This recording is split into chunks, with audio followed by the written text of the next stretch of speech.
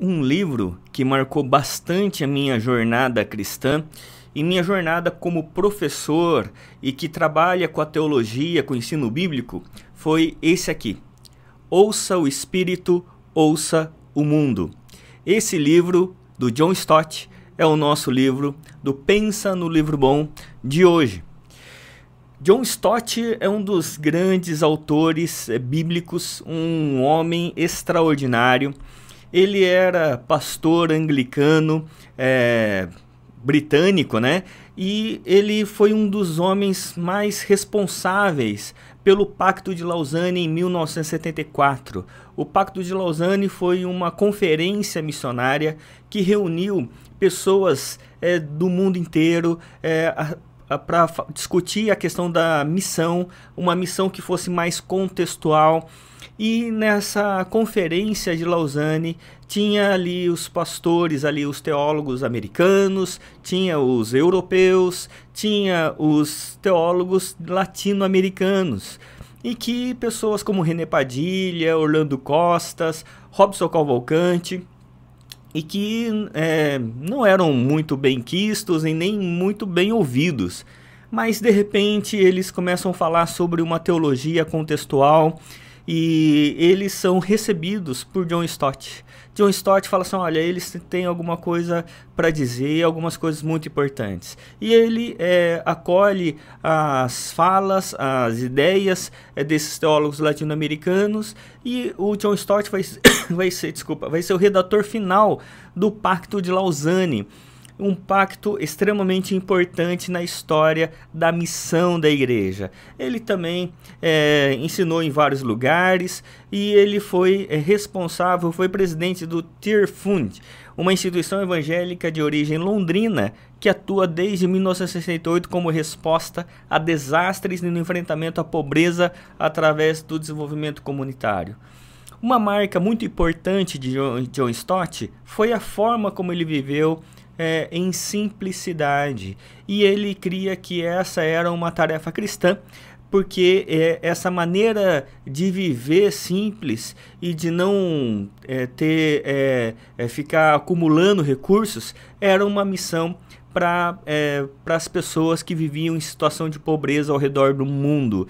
Muito importante para os nossos dias, tanto a obra quanto a vida de John Stott. Sobre esse livro, Ouça o Espírito, Ouça o Mundo, John Stott escreveu vários livros, mas eu indico esse livro aqui, uma obra muito boa, porque ele vai tratar sobre a maneira como a gente tem que ter o ouvido atento para a Bíblia Sagrada, mas também ouvido atento para o contexto, para a maneira como as coisas se dão. Muito influenciado, inclusive, pelos teólogos latino-americanos, né? Sobre o livro, ele é dividido em 5 partes: o Evangelho, o discípulo, a Bíblia, a Igreja e o mundo. E eu quero considerar algumas partes desse livro e depois dizer o porquê eu indico essa literatura para o seu desenvolvimento espiritual. Já aqui no início, na abertura do livro, ele vai colocar algumas coisas muito importantes. Ele vai dizer assim: ser contemporâneo é viver no presente e seguir o ritmo do tempo sem necessariamente preocupar-se nem com o passado nem com o futuro. Ser contemporâneo, entre aspas. Ser um cristão contemporâneo, entre aspas também, porém, é assegurar-se de que o presente seja enriquecido em toda a plenitude possível, tanto como o nosso conhecimento do passado, quanto com a nossa expectativa do futuro.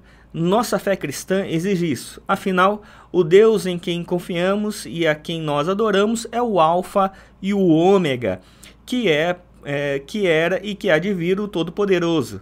E o Jesus Cristo, com quem estamos comprometidos, é o mesmo ontem, hoje e para sempre. Então ele vai trabalhar uma perspectiva bastante interessante, que é a partir de quem Deus é, com relação à eternidade de Deus. E ele vai construir todo o livro a partir disso. Não do que Deus faz somente, mas de quem Deus é, da natureza de Deus, para que a partir dessa conceituação a gente entenda também a nossa natureza, pois fomos criados à imagem e semelhança de Deus. Mas ele vai dizer algumas coisas bastante interessantes também, que eu quero considerar. Por exemplo, na página 157, ele vai dizer algo que eu gostei bastante com relação a que todos nós somos ministros, todos somos chamados a sermos ministros. Ele vai dizer assim: todos os cristãos, sem exceção, são chamados a ministrar, ou melhor, para gastar suas vidas em ministério. Ministério não é privilégio de uma pequena elite, mas de todos os discípulos de Jesus. Você com certeza notou que eu não disse que todos os cristãos são chamados para o ministério, mas para ministrar, diaconia, serviço. Nós fazemos um grande desserviço à causa cristã sempre que nos referimos ao pastorado como o ministério. Muito interessante isso, ele falar sobre a questão da diaconia, do ministrar, diaconia como um dom geral, amplo para todas as pessoas. E é por isso que ele vai depois dizer que o verdadeiro cristianismo, ele não está simplesmente em cumprir regras. Ele vai dizer assim: o verdadeiro cristianismo da Bíblia não é uma religiãozinha escapista, egoísta, quentinha, aconchegante e segura. Pelo contrário, ela mexe profundamente com a nossa segurança e garantia. Ela é uma força explosiva e centrífuga de dentro para fora, que nos arranca do nosso estreito egocentrismo e nos atira para o mundo de Deus a fim de testemunhar e servir. Você precisa ler esse livro, é uma preciosidade. E no final do livro ele vai falar sobre o aspecto cristológico da teologia que nós não podemos perder de vista. E ele vai dizer assim: a Escritura nos adverte que na perspectiva de Deus o tempo é curto, a necessidade é grande e a tarefa é urgente. Vamos recapitular o que a carreira salvífica de Cristo nos diz acerca da missão. O modelo da missão é a sua encarnação. O preço da missão é a cruz. O seu mandato é a ressurreição. A sua motivação é a exaltação de Cristo. Seu poder é o dom de Cristo. E a urgência da missão é a parousia. É muito importante esse livro para o seu desenvolvimento. Para mim foi muito importante.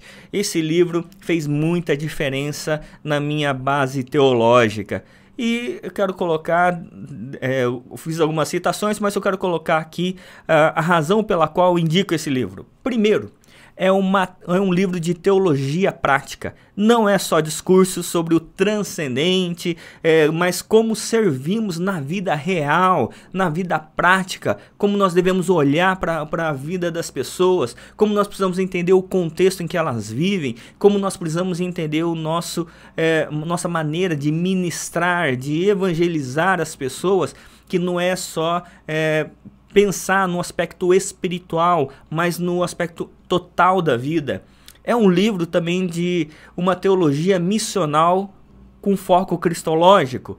Toda a concepção do livro é a partir de quem Deus é e não do que queremos ser. Deus em missão em nós e nós em missão na história. E uma terceira razão, que é um livro que nos chama ao arrependimento. Cada capítulo, cada página do livro, ele vai nos esbofeteando e vai nos humilhando. E são livros que nos tiram do conforto e que faz assim: Deus tem misericórdia de mim, porque eu tenho muito ainda a crescer. São livros que nos instigam a reconhecer a nossa pecaminosidade, que nos humilham, nos fazem mais humildes e por isso nos fazem mais prontos para servir. Espero que você aproveite essa leitura, que Deus assim o abençoe, em nome de Jesus. Amém.